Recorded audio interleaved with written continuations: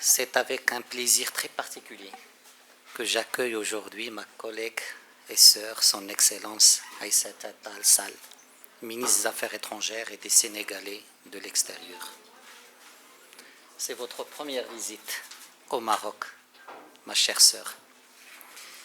Et vous nous donnez deux excellentes occasions supplémentaires de nous en souvenir.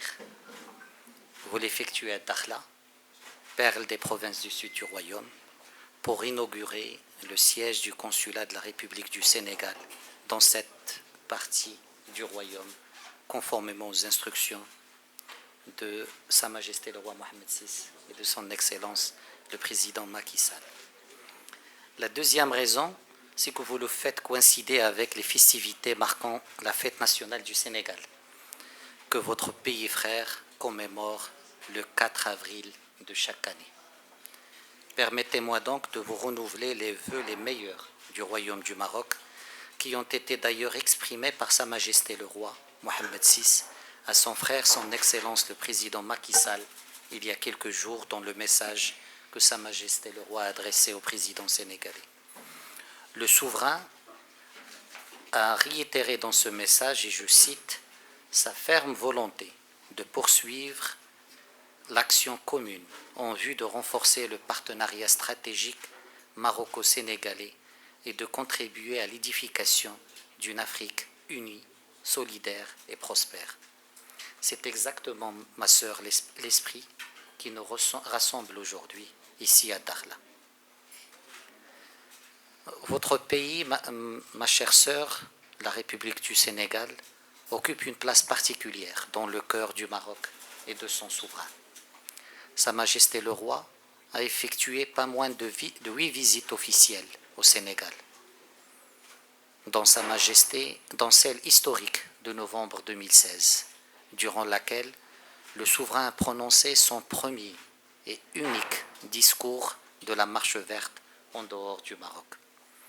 Le souverain a souligné dans ce discours que le Sénégal, et je cite, nous est si cher et a toujours été à la tête des défenseurs de l'intégrité territoriale et des intérêts supérieurs du royaume. Plus encore, a poursuivi le souverain, le Sénégal a démontré par les actes et par la parole à plusieurs occasions qu'il considère la question du Sahara marocain comme étant sa cause nationale propre.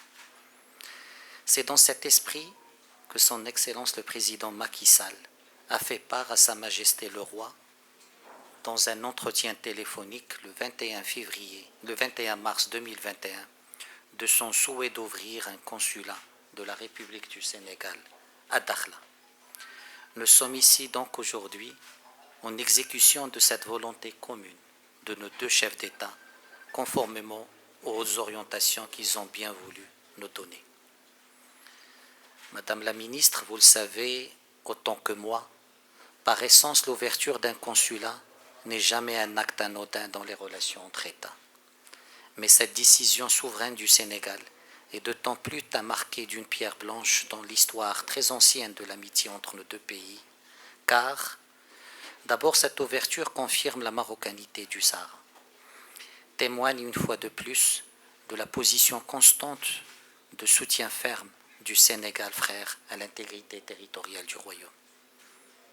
Deuxièmement, il donne une nouvelle preuve par les actes de l'alliance indéfectible entre le Maroc et le Sénégal et de leur solidarité active qui ne s'est jamais démentie.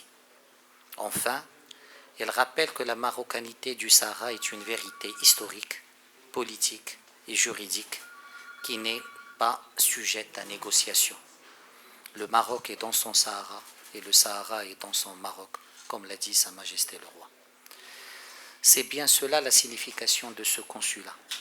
Bien plus qu'une structure administrative, c'est une nouvelle attache entre le Maroc et le Sénégal.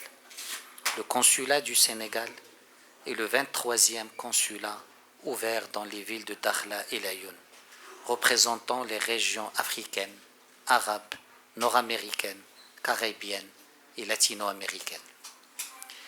Ce consulat opérera sur le terrain de la coopération territoriale et décentralisée tournée vers l'Afrique, qui est en plein développement dans les provinces du sud du Royaume. Madame la ministre, chères sœurs, Sa Majesté le Roi entoure les relations entre le Sénégal avec le Sénégal de sa très haute attention et sollicitude. Sa Majesté considère que ce sont des relations de fraternité et de solidarité, de communauté de destin, qui unissent à travers l'histoire les peuples sénégalais et marocains, comme un seul peuple, l'un représentant le prolongement naturel de l'autre. Je ne veux pas donc tomber dans les lieux communs en parlant de ces relations si spéciales, car leur profondeur et leur exemplarité dépassent tous les superlatifs. C'est une amitié de tous les temps qui a su se confondre avec l'histoire du Maroc et l'histoire du Sénégal. C'est aussi une solidarité à toute épreuve qui ne s'est jamais démentie. Et c'est aujourd'hui encore un partenariat stratégique d'excellence auquel Sa Majesté le Roi veille personnellement. Nos deux pays sont liés par plus d'une centaine d'accords couvrant des secteurs clés: concertation politique, coopération économique, action culturelle, coopération sécuritaire et autres. Mais nous ne pouvons et ne devons encore œuvrer pour hisser ce partenariat à des niveaux d'ambition, au niveau d'ambition de Sa Majesté et de son Excellence le Président. C'est ce que nous avons discuté tout à l'heure. Et je pense qu'on a 2 ou 3 décisions importantes à mettre en œuvre. D'abord, celle de la réactivation du groupe d'impulsion économique qui a été mis en place à l'occasion de la visite de Sa Majesté le Roi au Sénégal en 2016. Deuxièmement, le renforcement de la formation comme un élément clé entre les deux pays. Jusqu'à présent, on avait 170 bourses. Nous avons convenu de les élever à 250 bourses, avec 80 bourses supplémentaires qui seront consacrées à la formation professionnelle à Laayoune et à Dakhla. Et nous avons bien sûr convenu de multiplier les visites sectorielles pour nous permettre d'identifier des actions, des projets et de coopération dans les différents domaines.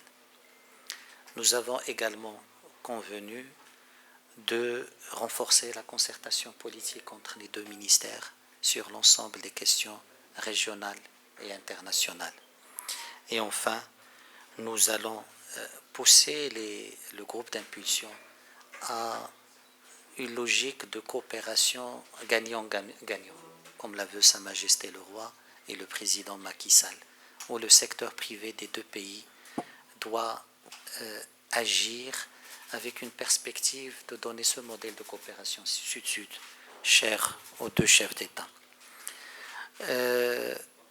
Les accords ou le cadre juridique, je pense, il est largement étoffé. Nous avons plus d'une centaine d'accords qui couvrent tous les domaines. Ce qui est important aujourd'hui, nous avons signé aujourd'hui même 3 autres accords qui s'ajoutent à cet arsenal juridique. Ce qui est important, c'est de veiller à la mise en œuvre de ces accords, d'actualiser ce qui est dépassé et de voir ce qu'il faut corriger dans ceux qui ne permettent plus aujourd'hui à la relation de prendre l'élan voulu par les deux chefs d'État. Donc sur l'ensemble de ces questions, je pense que nos instructions sont claires de la part des deux chefs d'État et notre ambition est la même pour que cette relation reste le modèle inégalé de la relation intra-africaine, de la relation sud-sud entre deux pays unis par plusieurs siècles de relations humaines fortes. Encore une fois, bienvenue ma sœur. Votre visite est une visite très importante, très attendue. L'ouverture de ce consulat a un goût particulier parce que c'est le Sénégal et parce que c'est la volonté des deux chefs d'État à l'occasion de l'entretien téléphonique que Sa Majesté le Roi et le Président ont eu le 21 février. Ce consulat sera un élément de renforcement de cette relation bilatérale.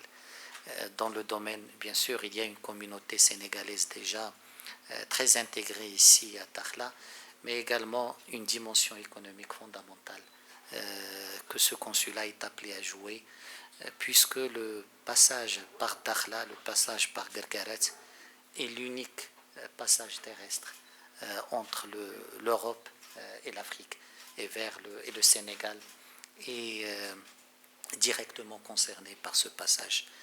Merci pour cette visite, merci pour cette amitié et vive l'amitié maroco-sénégalaise. قبل المغادرة لا تنسوا الاشتراك في قناة العمق المغربي وتفعيل الجرس ليصلكم كل جديد، ولا تنسوا مشاركة الفيديو والضغط على زر الإعجاب.